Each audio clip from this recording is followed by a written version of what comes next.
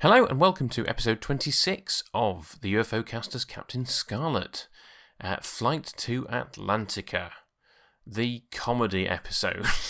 There's a reason that this one sticks in the memory, and that's because it's very silly, and some people, I guess, probably wouldn't like them messing with the format in that way, but I quite enjoy it. Certainly looking at the spreadsheet and looking at the episodes in this part of the series, a lot of them I don't remember particularly well, as we've seen in recent episodes. But this one very much sticks in the mind with a lot of the dialogue. I think various bits of it get used in one of those Captain Scarlet remixes because I feel that a lot of this type of dialogue is fresh in my head.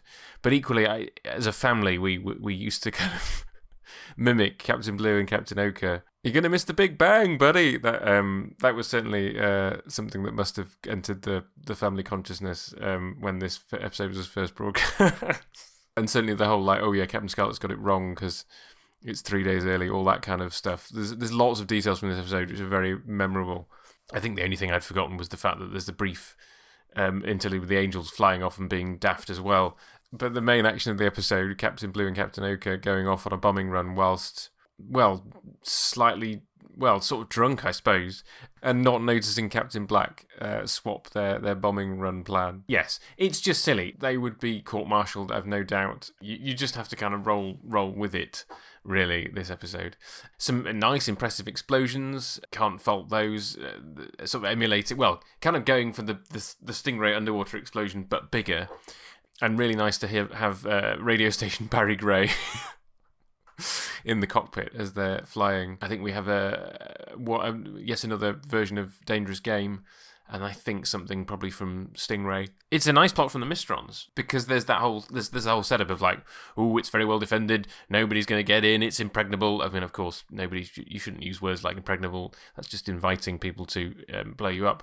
But there's always that question of like, well, how are the Mysterons going to do it? Oh, they're going to poison champagne and make Spectrum do it themselves.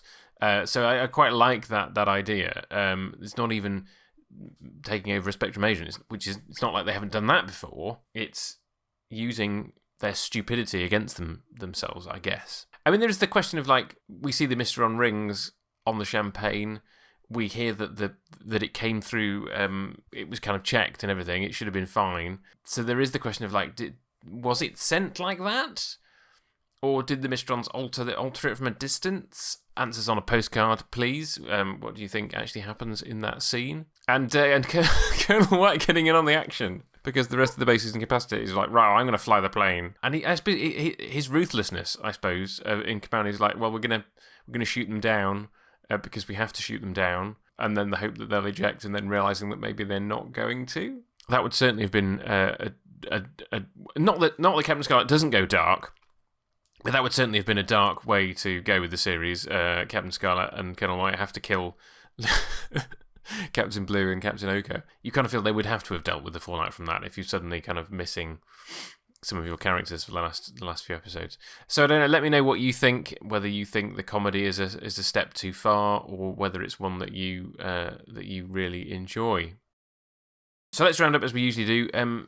Episode order, this is 30 on the DVD, so again a similar place in the series, 23 on VHS, so a little bit earlier placed in that order. New Mysteron powers. Well, as I said, do they alter the champagne from afar, or have they already done it before they send it in? Don't know. Answers on a postcard. Mysteron's still at large. Well, there aren't any, because they use Spectrum agents against themselves.